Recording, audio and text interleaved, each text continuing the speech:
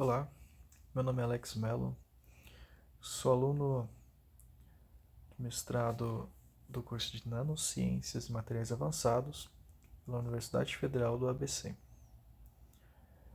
Este é um trabalho, que eu tive uma participação dele, e junto com os colegas de classe, que foi estudo do grau de cristalinidade do PET pós-consumo versus o PET virgem. É uma linha de pesquisa que eu gosto bastante de trabalhar nessa questão de pós-consumo, de materiais de poliolifinas e o PET também. Eu vou comentar aqui um pouco sobre o objetivo desse trabalho. né. De modo geral, a gente pode acompanhar aqui esse material de engenharia, o poli, treftalato de etileno, vulgo PET, que a gente conhece. Ele se tornou um polímero amplamente utilizado devido às suas propriedades.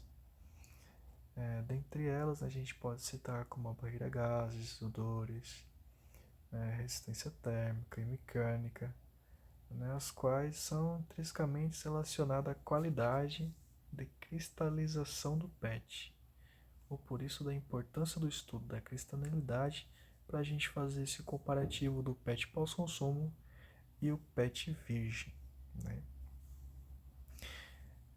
Tendo em vista que depende das características térmicas e mecânicas do processamento desse polímero, o objetivo desse trabalho foi estudar o grau da cristalinidade a partir da análise de DSC do PET virgem em comparação com o PET pós-consumo. É importante lembrar que foram provenientes de garrafas de refrigerante. O consumo com resfriamento rápido, 200 graus por minuto, e lento, a 1 grau por minuto. As grandes alterações mostrado que o PET pós-consumo, de vidro da garrafa, ele ainda é um material de excelente qualidade, que a gente pode sim estar reaproveitando ele sem grandes perdas em suas propriedades. De um modo geral, falando sobre o politreftalato de etileno, ele atualmente é um dos polímeros termoplásticos mais utilizados devido às suas propriedades. Quando a gente fala um pouquinho de mercado, embalagens para alimentos, ele teve um forte destaque aí, em consequência do seu bom desempenho, porque ele atende muitas exigências, tais como a leveza, transparência, sua resistência e a sua utilização, na fabricação de garrafas para acondicionar bebidas como água, refrigerante, chá, sucos, enfim, são uma diversidade ampla, Essas bebidas de consumo diário, que tem bastante volume, ele certamente é um concorrente aí direto para estar ocupando essas prateleiras. Essa grande produção de jeito pós-consumo, pós-industrial, em decorrência, teve um grande aumento nessa questão do consumo desses materiais poliméricos. E isso representa uma fonte de poluição de diversos ambientes naturais. E para a gente é um desafio a gente conseguir gerenciar esses resíduos que a gente acaba descartando de maneira incorreta. O PET, por exemplo, um polímero reciclado, ele é bastante empregado na fabricação de fibras têxteis, tecido, não tecido, cordas, resinas insaturadas, embalagens, cerdas de vassouras, escovas. Essa questão das cerdas de vassoura, eu até recentemente vi uma entrevista, de um senhorzinho mecânico, da qual ele acoplou, o seu sistema mecânico, adaptou o seu local para poder estar fazendo essas cerdas. Eu achei bastante interessante, que o segredo em si para ele conseguir obter essas cerdas das vassouras era a maneira como ele fabricava o fio, a torção, né, o jeito, porque dependendo do alinhamento das suas cadeias, para determinada função, que seria a vassoura, ela teria um desgaste muito rápido, ou então não conseguiria fabricar esse fio resistente, né, a ponto de ser mais durável que as outras, por exemplo. Né? Mas, voltando ao assunto, por esse polímero de condensação ele ser bastante, né, suscetível a reações, né, de cisão de cadeias, né, principalmente por hidrólise, né, isso acarreta bastante essa diminuição da massa molar, né, que por consequência, né, a gente vai ter uma depreciação, né, das propriedades mecânicas, onde a gente acaba restringindo, né, esse número de ciclo, né, da reciclagem desse material. Quando a gente fala em propriedades, né, do PET, a gente depende dessas frações dessa região cristalina. Ou seja, o grau da cristalização, o tipo do tamanho do cristal, né, a forma como se orienta as cadeias moleculares dos cristais, a cristalização do PET, ela pode ser induzida por tensão. A cristalização térmica, ela ocorre pelo esse resfriamento lento do PET fundido. Já a cristalização induzida por tensão, ela ocorre no estiramento da preforma. A gente, para entender um pouquinho como é que funciona na questão da garrafa. E voltando ao assunto, como objetivo desse trabalho é a gente estudar o grau de cristalinidade do PET pós-consumo com o PET proveniente, né, das garrafas de refrigerante, em comparativo com esse PET virgem, a gente utilizou, né, esse resfriamento rápido e lento através da técnica do DSC.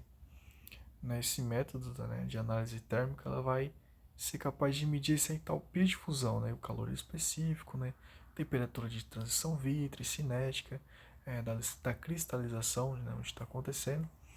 E a gente registrando essa variação de temperatura, né, entre o polímero da amostra padrão, né, e medindo também a variação de entalpia dessa mudança térmica, né, entre as amostras. Uma propriedade muito importante a ser determinada para esses polímeros semicristalinos é a porcentagem de cristalinidade, sendo que esse valor teórico, né, da entalpia de fusão ela vai equivaler a um polímero 100% cristalino. Né, para a gente ter como base aqui dois gráficos, né, a gente pelo experimental, as análises feitas pelo DSC, a gente consegue fazer esse cálculo, né, da taxa de cristalização através de uma formulinha, né, que é para cálculos de grau de cristalinidade. Né, a gente pode estar mostrando depois também. Mas antes disso, né, quando a gente falando em resultados e discussões sobre esse material, né, a gente fez essa análise do PET reciclado com PET pós-consumo, essa taxa de resfriamento rápido, né, 200 graus por minuto, e um lento a 1 grau por minuto. No intervalo de temperatura, é importante lembrar, não sei se vocês estão conseguindo enxergar aqui, de 20 graus a 300 graus, como a gente mostra aqui nessa figura 1 aqui, essa primeira aqui do lado esquerdo, onde a gente consta nessas curvas de DSC do PET virgem e o PET pós-consumo, foram submetidas a esse resfriamento rápido, né? Onde na figura B aqui ao lado ela vai ilustrar o mesmo ensaio, porém com ênfase ao evento endotérmico de fusão do material, né, para a qual esse pico, né, que a gente está vendo é referente à temperatura de fusão do material e a sua área é referente à entalpia de fusão. Né? Essas curvas de DSC para as amostras do PET virgem e PET pós-consumo, elas também foram submetidas ao resfriamento lento e também estão representadas nos gráficos que a gente vai estar mostrando logo em seguida, a 20 graus e a 300 graus. E logo em seguida o gráfico seguinte, ele vai dar ênfase ao evento térmico de fusão, da mesma forma que foi feito aqui na primeira. A gente observa aqui que nas rampas que a gente fez pelo esse resfriamento rápido, né, a figura 1 aqui, a gente pode observar uma pequena variação, né, na linha base do PET virgem. Né? E isso aí é decorrente da sua temperatura de transição Vitry, né, a TG, mais conhecida, seguido por um evento endotérmico, onde é atribuída a sua fusão do material. Já que no PET pós-consumo, a gente consegue observar três eventos nessa figura 1 aqui. O primeiro é a TG, que ela é bem definida. Isso está bem característico, está bem bacana da gente estar observando. O em seguida, né, que está bem notado aqui, é o evento exotérmico. Né? Isso aqui a gente vai atribuir à cristalização do material. Ali é que se deve ao resfriamento rápido, né, do material, tendo em vista que não houve tempo suficiente para que ele ocorresse na rampa de resfriamento. Né? Esse processo é chamado de cristalização. Bacana? E o terceiro evento ele é marcado pela fusão do material. Aqui, ó, se a gente vê na figura 2 aqui, nas corridas obtidas nas figura 2, nota-se, né, que a gente tem uma variação também, né, da linha de base, ou seja, desculpa, a TG do pós-consumo, né, isso se deve pelo fato desse polímero sofrer um resfriamento rápido durante esse processo na produção das garrafas. Né? Essa orientação cristalina biaxial é o que o torna um material amorfo. Porém, a gente consegue manter as propriedades intrínsecas do material semicristalino. Né? Já que o último evento, né, da rampa de PET pós-consumo, ele é um pico endotérmico de fusão. Né? Enquanto que o PET virgem ele vai exibir uma pequena variação na linha base, seguido desse pico de fusão. Então, em comparação ao resfriamento, né, rápido, né, e o deslocamento da temperatura de fusão dessas amostras que foi submetida, né, a gente consegue notar que essas amostras que foram expostas a esse resfriamento lento, ela apresenta um ponto de fusão mais definido, né? O que está em concordância com a literatura, quando a gente observa que, uma vez que é relatado, né, essas taxas de resfriamento mais lenta, o evento térmico de fusão tende a apresentar picos mais finos, né, e definidos também, e pequenos deslocamentos na temperatura de fusão, né, onde as temperaturas ali elas são mais altas. Esses resultados obtidos aqui, ele pode ser associado a uma variação da espessura lamelar, né? Essa distribuição de cristais, onde é esperado duas distribuições de cristais diferentes, né, para taxas de resfriamento a 1 grau por minuto. A gente deixa aqui essa última imagem, né, bem definido, com resfriamento rápido, no intervalo de 200 graus a 300 graus.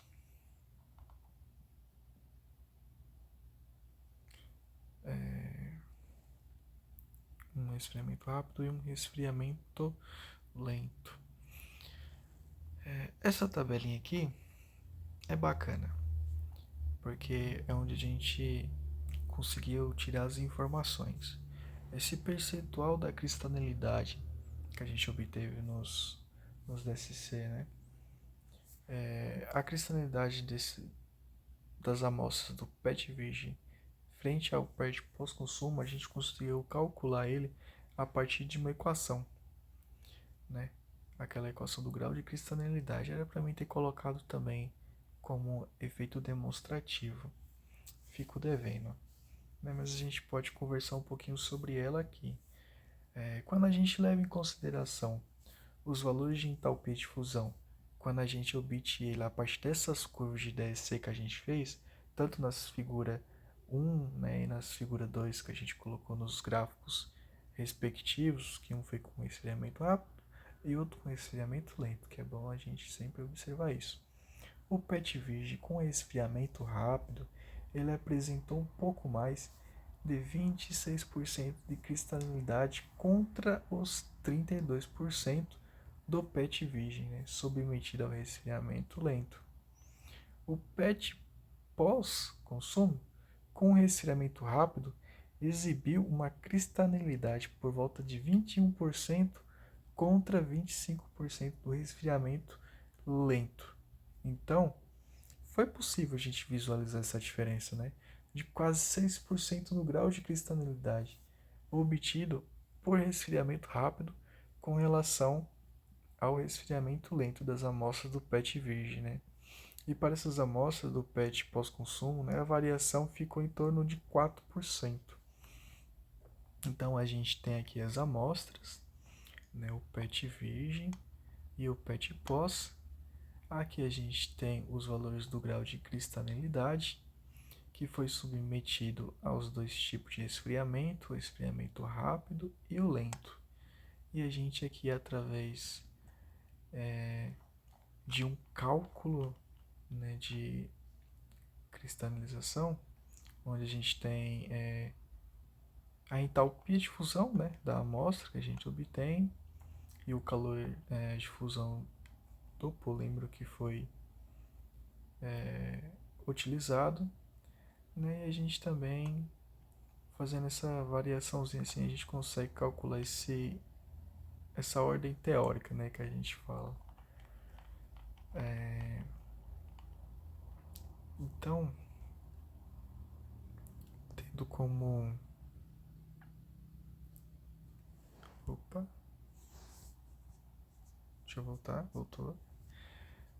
Como conclusão, né, essa obtenção no grau da cristalinidade, né, de polímeros, a partir dessas curvas que a gente levantou e girou aqui para vocês, é de grande importância para a gente compreender, né, o quanto que a variação dessa cristalinidade do polímero ela possa estar associada a seus processos térmicos e seus impactos nas propriedades físicas e químicas do produto final.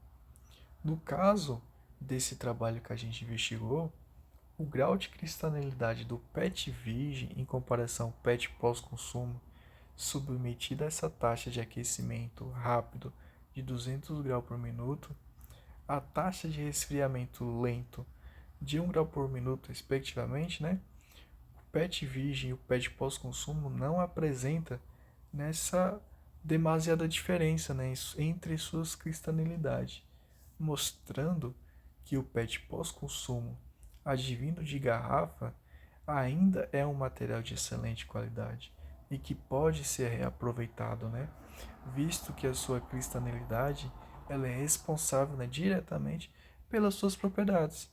Né? Se não sofreu grandes alterações, por que não? Né? A gente poder incentivar, né, a fazer que o PET pós-consumo seja, né, mais trabalhado, mais aplicado, né? E esse trabalho, né, além de ele estar estudando o grau da cristalinidade do PET, ele também mostra que o PET pós-consumo proveniente da garrafa, ele pode ser reutilizado. Desse modo, esse trabalho aqui a gente certificou o que realmente está descrito na literatura, né, que o resfriamento rápido, né, se obtém um PET menos cristalino ou amorfo, né, e com resfriamento lento obtém-se um PET mais cristalino. Então, né, fica aqui o término do meu trabalho, as referências que a gente foi utilizada. Foi um artigo também, se não me engano, de 2019, não me recordo muito bem em que ano, né, que a gente submeteu ele. Foi no finalzinho de 2019, no Congresso Brasileiro de Polímeros. O meu muito obrigado e até logo.